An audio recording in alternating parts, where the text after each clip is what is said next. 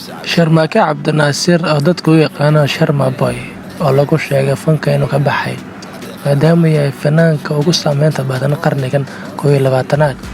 Sharma Boy waxaa lagu sheegaa inuu baraha bulshada dhinaca YouTube-ka uu soo dhigay message oo lahaa goodbye, taasoo dad fara badan ay ka tafiirtaan ama ay u macnaystaan inuu fanka ka bixi rabo.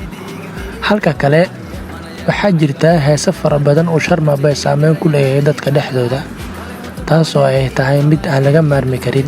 Heesta ugu dambeysa uu soo qaaday ee magaceeda la dhaho Ma Fahmin, taasoo saameysay dad fara badan ilaa iyo wadano fara badan ilaa Ingiriiska, Mareykanka, Kanada, Afrikada badanka iyo Yurub oo badankooda laga daawaday iyo Aasiya. Sharma Boy waxaa lagu sheegay inuu yahay fanaanka ugu saameynta badan qarnigan 21aad maadaama uu yahay ninka ugu haysta fanka ee dhalinyartu aad u jecel yihiin, heesooyinkiisana ay yihiin kuwo mucjiso leh.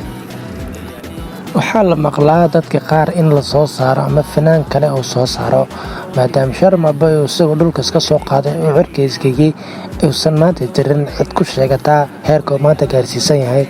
Sharmaake Cabdinaasir oo lagu magacaabo Sharma Boy ayaa waxaa dhacday saaxiibkii Maslax inuu soo dhigo kelmad aad iyo aad u taabatay shacabka baraha bulshada.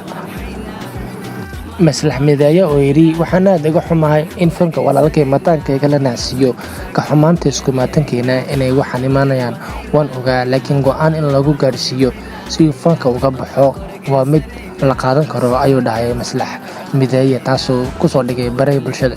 Waxaa la sheegaa kadib markii dad badan wareysi laga qaaday, waxayna yidhaahdeen dadka badankooda ee qayla heesaha Sharma Boy waa heesaha ugu shidan baraha bulshada badankana meelaha majliska ee lagu qaylo ay dadkuna ku barjayaan ay ka shitaan.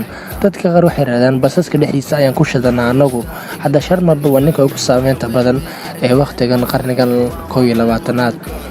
Jiritaankiisa fanka waxa uu socdaa 3 sano, haddana wuxuu dhex fariistay qalbiyada bini'aadanka oo dhan. Shacabka reer Soomaaliyeed aad bay u jecel yihiin. Sharma Boy waa ninka markuu soo baxay dad fara badan ay heeso joojiyeen si isaga loo daawado. Dadkii fara badan, fanaaniin fara badan waa buusiyay.